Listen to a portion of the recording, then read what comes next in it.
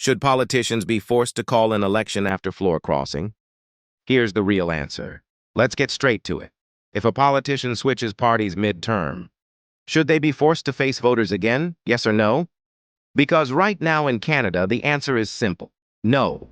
They can switch and keep their seat. No election, no approval, no consequences at the ballot box. And that's exactly why people are getting fed up. Think about it. You vote for a candidate, but you're not just voting for a person. You're voting for a party, a platform, a set of promises. Then halfway through, they switch sides, different party, different priorities, different direction, and you get no say. That's where the anger comes from.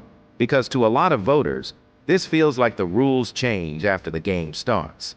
So let's ask the real question. Why shouldn't there be a forced by-election?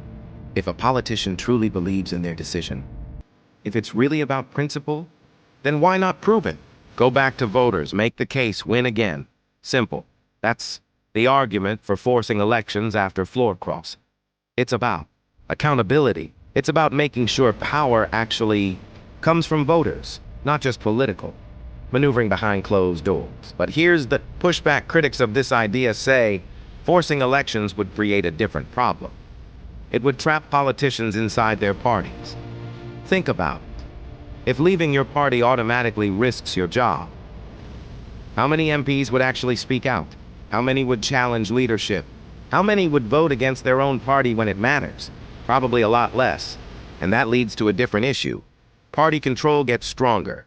Individual representation gets weaker. So now you've got a real trade-off.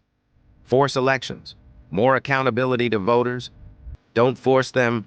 More independence for politicians, and Canada, right now, has clearly chosen one side. Freedom for politicians. Not approval from voters. That's the system.